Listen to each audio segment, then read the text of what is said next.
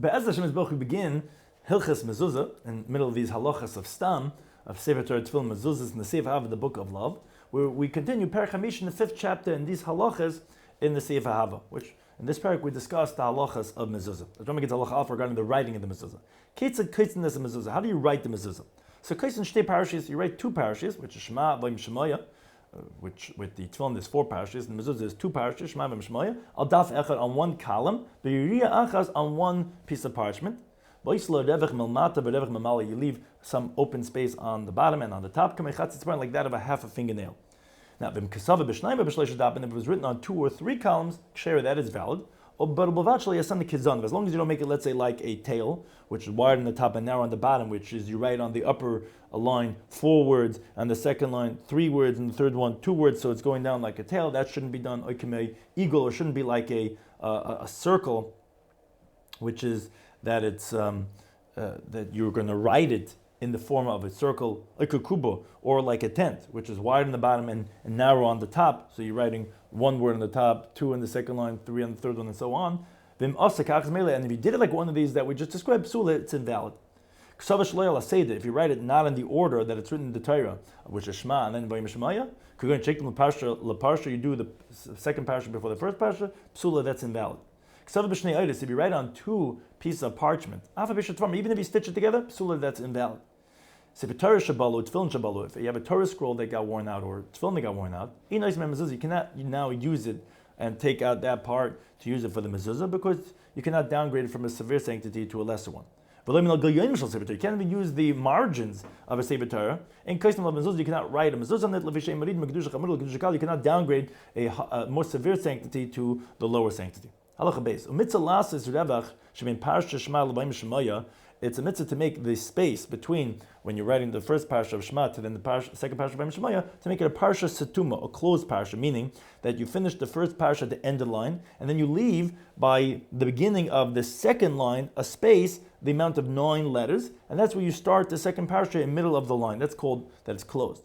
If you made it open, which open, according to Rambam, is that you finish the first one, let's say middle line, and you leave the space of 9 letters, and then you start the second parasha in the beginning of the second line, that's considered open, it's going to be ksheira, because if it was close to it in the parasha itself, then it would be ma'akiv. But here, where it's not really near it in the Torah, so therefore after the fact, it's going to be kosher.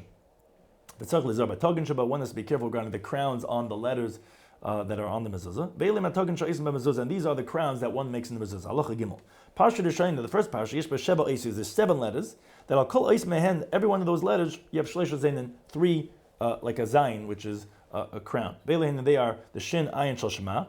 Shema has the Shin and Ayin, those 2 letters. The Nun, the Nafshecha, which today Zayin Shal Mezuzahs. Mezuzah has 2 Zayins. Each one of them has 3 Zayins, meaning there's 3 crowns on each one of those letters.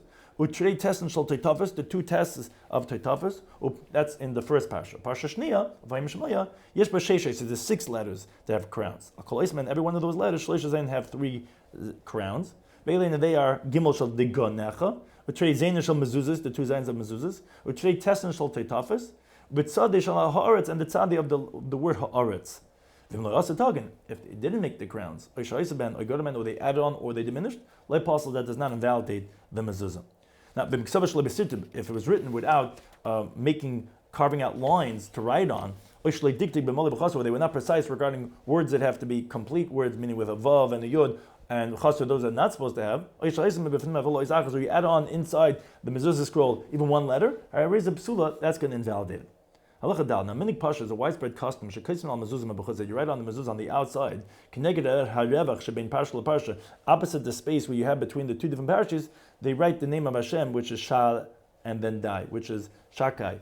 And that's not. There's no loss to that, says the Rambam. Because on the outside of the parchment. Those that write on the inside the names of angels, or holy names, or some types of figures, they're including those who don't have a portion of the world to come.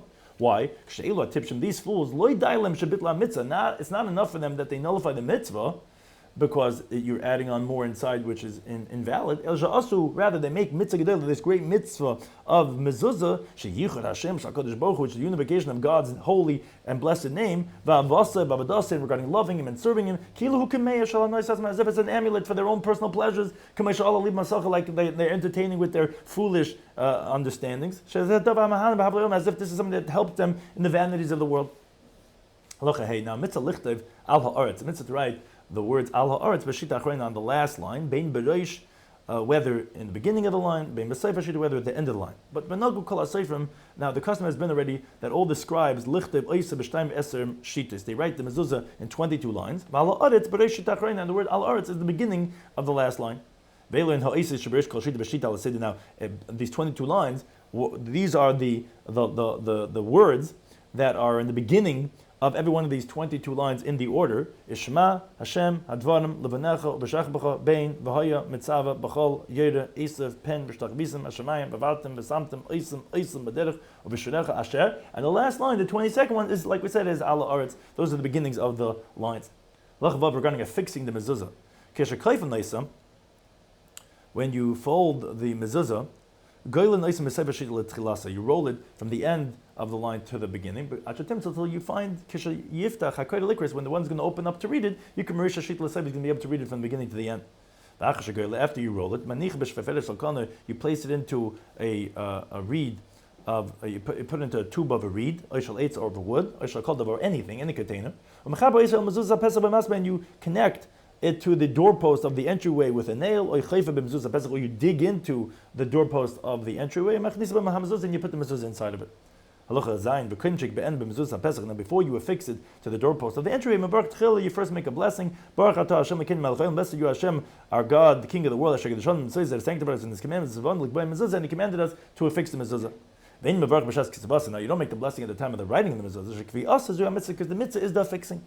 If he hangs it from a stick, which is not part of the actual doorway itself, it's just standing over there by the doorpost, so it's invalid. That's not considered affixed.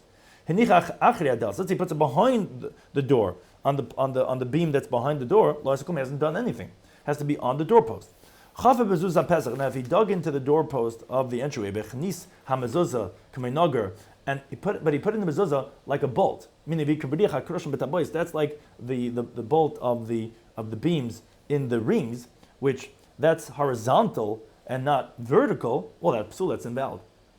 Moreover, if he pushed it into the doorpost, he dug in a depth of a tefach, a handbreadth, that's invalid, because that's not al mezuzah, that's toich mezuzah, it's inside the doorpost. Moreover, if let's say he cut open a reed, and he put it inside a mezuzah, then he attached that reed to other reeds, and then he made, as he's constructing with all these reeds, he makes a doorway. That's invalid. Because you affixed the mezuzah before you actually made a doorpost of the entryway, because that was first, and then you built around it. You have to put it on the mezuzah pesach. The mezuzah's pesach has to be there, and then you put the mezuzah on.